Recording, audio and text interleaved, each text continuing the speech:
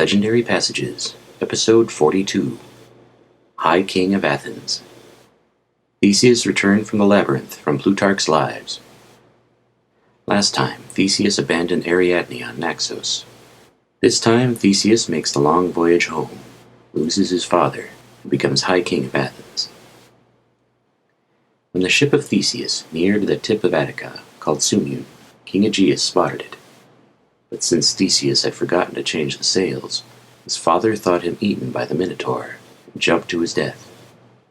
The city was elated at the victory of Theseus, but his coronation was bittersweet. Several festivals and traditions were started to commemorate the victory against Crete.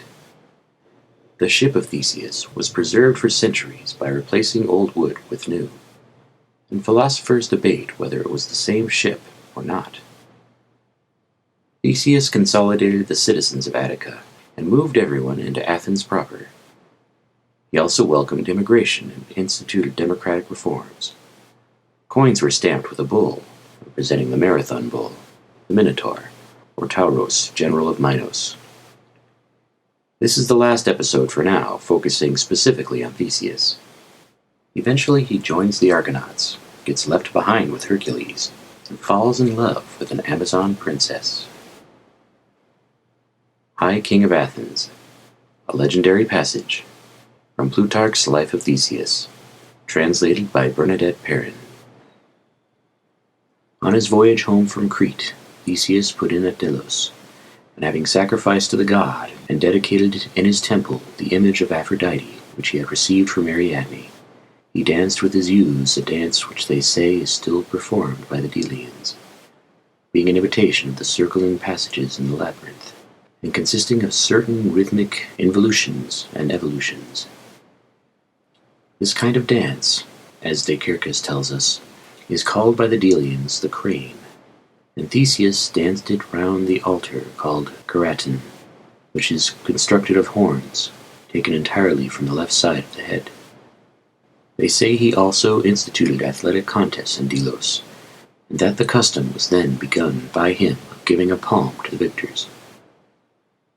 It is said, moreover, that as they drew nigh the coast of Attica, Theseus himself forgot, and his pilot forgot, such was their joy and exultation, to hoist the sail, which was to have been the token of their safety to Aegeus, who, therefore, in despair, threw himself down from the rock and was dashed in pieces.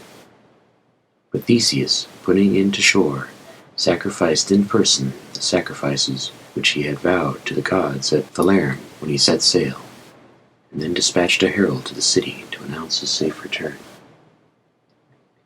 The messenger found many of the people bewailing the death of their king, and others full of joy at his tidings, as was natural, and eager to welcome him and crown him with garlands for his good news. The garlands, then, he accepted, and twined them about his herald's staff, and on returning to the seashore, finding that Theseus had not yet made his libations to the gods, remained outside the sacred precincts, not wishing to disturb the sacrifice. But when the libations were made, he announced the death of Aegeus. Thereupon, with tumultuous lamentation, they went up in haste to the city.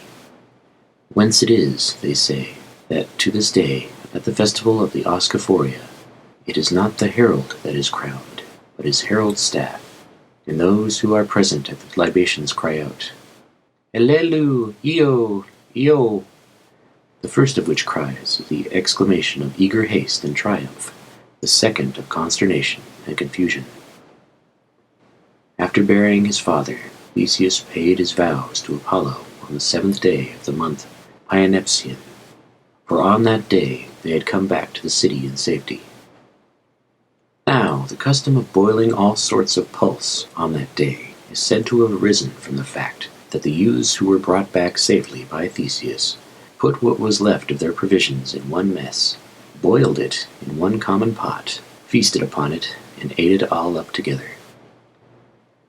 At that feast they also carry the so-called Ariadne, which is a bow of olive wreathed with wool, such as Theseus used at the time of his supplication, and laden with all sorts of fruit offerings, to signify that scarcity was at an end, and as they go they sing, Ariadne for us brings figs, and bread of the richest, brings us honey in pots, and oil to rub off from the body, strong wine too in a beaker, that one may go to bed mellow. Some writers, however, say that these rites are in memory of the Heraclid, who were maintained in this manner by the Athenians, but most put the matter as I have done. The ship on which Theseus sailed with the youths and returned in safety, the 30-oared galley, was preserved by the Athenians down to the time of Demetrius Phalereus. They took away the old timbers from time to time, and put new and sound ones in their places, so that the vessel became a standing illustration for the philosophers in the mooted question of growth, some declaring that it was the same, others that it was not the same vessel. It was Theseus who instituted also the Athenian festival of the Oscaphora, for it is said that he did not take away with him all the maidens on whom the lot fell at that time, but picked out 2 young men of his acquaintance, who had fresh and girlish faces, but eager and manly spirits, and changed their outward appearance almost entirely by giving them warm baths and keeping them out of the sun, by arranging their hair, and by smoothing their skin and beautifying their complexions with unguents. He also taught them to imitate maidens as closely as possible in their speech, their dress, and their gait, and to leave no difference that could be observed, and then enrolled them among the maidens who were going to Crete, and was undiscovered by any. And when he came back, he himself and these 2 young men headed a procession, arrayed as those are now arrayed who carry the vine branches. They carry these in honor of Dionysus and Ariadne, and because of their part in the story, or rather, because they came back home at the time of the vintage. And the women called Dipnophori, or supper carriers, take part in the procession and share in the sacrifice, in imitation of the mothers of the young men and maidens on whom the lot fell, for these kept coming with bread and meat for their children. And tales are told at this festival, because these mothers, for the sake of comforting and encouraging their children, spun out tales for them. At any rate, these details are to be found in the history of Demon. Furthermore, a sacred precinct was also set apart for Theseus, and he ordered the members of the families which had furnished the tribute to the Minotaur to make contributions toward a sacrifice to himself. This sacrifice was superintended by the Vitalidae, and Theseus thus repaid them for their hospitality. After the death of Aegeus, Theseus conceived a wonderful design, and settled all the residents of Attica in one city, thus making one people of one city out of those who up to that time had been scattered about, and were not easily called together for the common interest of all. Nay, they sometime actually quarreled and fought with each other. He visited them then, and tried to win them over to his project, township by township, and clan by clan. The common folk and the poor quickly answered to his summons. To the powerful he promised government without a king, and a democracy, in which he should only be commander in war, guardian of the laws, while in all else everyone should be on an equal footing. Some he readily persuaded to this course, and others, fearing his power, which is already great, and his boldness, chose to be persuaded rather than forced to agree to it.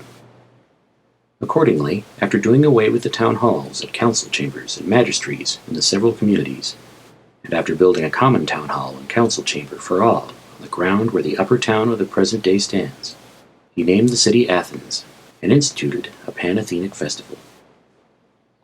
He instituted also the Metosia, or Festival of Settlement, on the 16th day of the month Hecatomeon, and this is still celebrated. Then, laying aside the royal power, as he had agreed, he proceeded to arrange the government, that too with the sanction of the gods. For an oracle came to him from Delphi, in answers to his inquiries about the city, as follows. Theseus, offspring of Aegeus, son of the daughter of Pythias, many indeed the cities to which my father has given bounds and future fates within your citadel's confines. Therefore be not dismayed, but with firm and confident spirit, counsel only, the bladder will traverse the sea and its surges. And this oracle, they say, the Sibyl afterwards repeated to the city, and she cried, "Bladder may be submerged, but its sinking will not be permitted." Desiring still further to enlarge the city, he invited all men thither on equal terms, and the phrase, "Come hither, all ye people," they say was a proclamation of Theseus when he established a people, as it were, of all sorts and conditions. However, he did not suffer his democracy to become so disordered or confused from an indiscriminate multitude streaming into it, but was the first to separate the people into noblemen and husbandmen and handicraftsmen. To the noblemen he committed the care of religious rites, the supply of magistrates, the teaching of the laws, and the interpretation of the will of heaven, and for the rest of the citizens he established a balance of privilege, the nobleman being thought to excel in dignity, the husbandman in usefulness, and the handicraftsman in numbers. And that he was the first to show a leaning towards the multitude, as Aristotle says, and gave up his absolute rule, seems to be a testimony of Homer also, in the catalogue of ships, where he speaks of the Athenians alone as a people. He also coined money, and stamped it with the effigy of an ox, either in remembrance of the Marathonian bull, or of Taurus, the general of Minos, or because he would invite the citizens to agriculture. From this coinage, they say, 10 oxen and 100 oxen came to be used as terms of valuation. Having attached the territory of Megara securely to Attica, he set up that famous pillar on the isthmus, and carved upon it the instructions giving the territorial boundaries. It consisted of 2 trimeters, of which the one towards the east declared, "Here is not the Peloponnesus, but Ionia," and the one towards the west, "Here is the Peloponnesus, not Ionia." He also instituted games here, in emulation of Heracles, being ambitious that, as the Hellenes, by that hero's appointment, celebrated the Olympian games in honor of Zeus, so by his own appointment they should celebrate Isthmian games in honor of Poseidon. For the games already instituted there in honor of Melicertes were celebrated in the night, and had the form of religious rite rather than of a spectacle and public assembly. But some say that the Isthmian games were instituted in memory of Sciron, and that Theseus made expiation for his murder because of the relationship between them. For Sciron was a son of Canethus and Henioche, who was the daughter of Pythias. And others have it that Sinis, not Sciron, was their son, and that it was in his honor that the games were instituted by Theseus.